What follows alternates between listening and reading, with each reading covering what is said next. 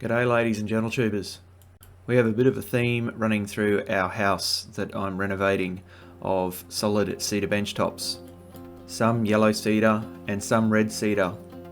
I use it for the kitchen countertops, pieces of furniture, the mantelpiece and other built-in shelves around the house. Hot pots and pans don't burn it, and the odd scratch and nick with a knife just add to the patina, especially if you keep it waxed with beeswax once every 6 to 12 months. I'm building a new office space for the boy and me in the basement, so I'm making a large bench top and thought I would show you the journey. Now I don't have a decent planer or a shaper, so I am unable to square up edges and make them pretty. But that's alright for me because I like the aesthetic of a wax jointed finish. I got this idea from a fella in Australia who refinishes old Japanese furniture. The build process I use here is really basic, thanks to the fact that I don't need to finish the timbers any further than they are bought from the shop. Simply dowel it all together with really big dowels. These are 7/8 of an inch dowels going 2 inches into each side of the pieces of lumber. I use dowel jigs that I have made myself with some old bolts. I'll leave a link at the end of this video so you can check that out if you'd like to make some of these yourself. It's all then just clamped together and left to dry overnight. If you're careful with your assembly, you can use the top surface of a table or something flat to keep one side of the table relatively flat so that you can use that as the top surface. As you can see, after gluing, everything's pretty flat, but there are some large cracks, which is exactly what I want.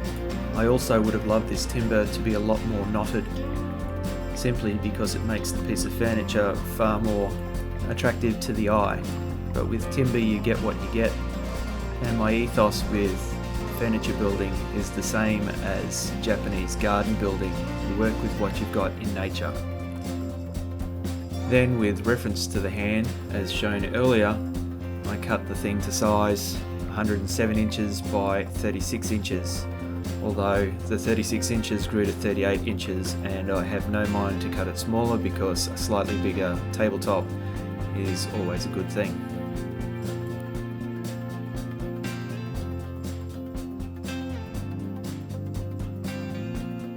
The surface of this table is pretty rough, so I go over it with a belt sander with a very coarse belt on it. This is mainly to take out the cupping in the timber as it dried and a little bit of the mill chatter when it was milled. However, I do like to have a bit of the mill marking on the timber as the finished product.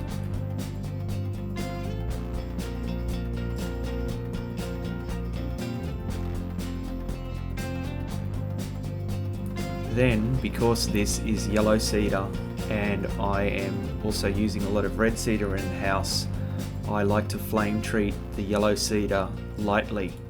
This helps make it a little darker and it also brings out the grain in the timber. The best place to flame treat timber is outside, but it's pouring down with rain today, so I have all the doors to my workshop open and I'm doing it inside. Please ignore the fires that I start, as I do pretty much have everything under control. The torch I'm using was actually relatively inexpensive off of Amazon, and it does much nicer finish than a smaller map gas torch, which ends up leaving little marks everywhere.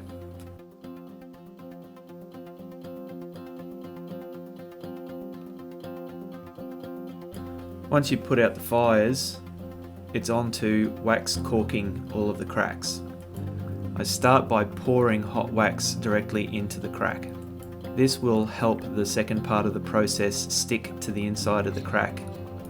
The next step is to pour wax along the edge of the crack.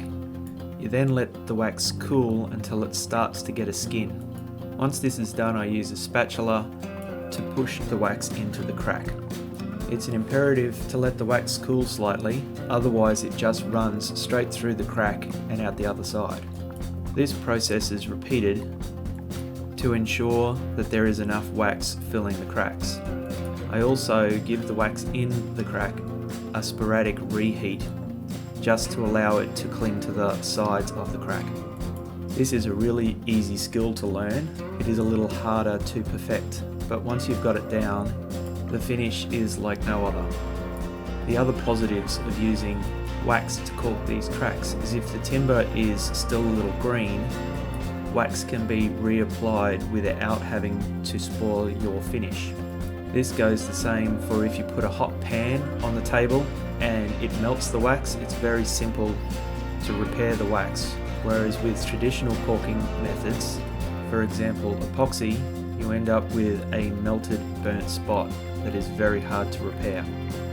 Once you've filled all of the cracks, the timber joins and any knots, you'll notice that there is a lot of wax drips all over the place, making the finish look a little bit splotchy.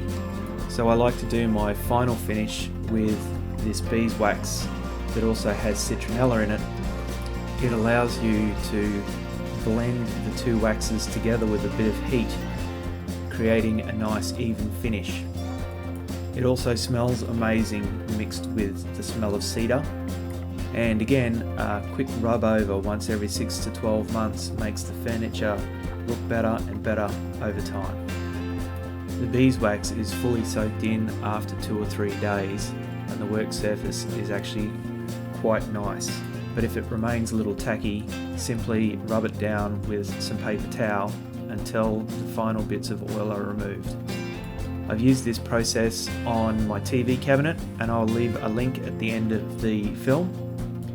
This bench top is going towards an office setup, and I am doing a video on that also.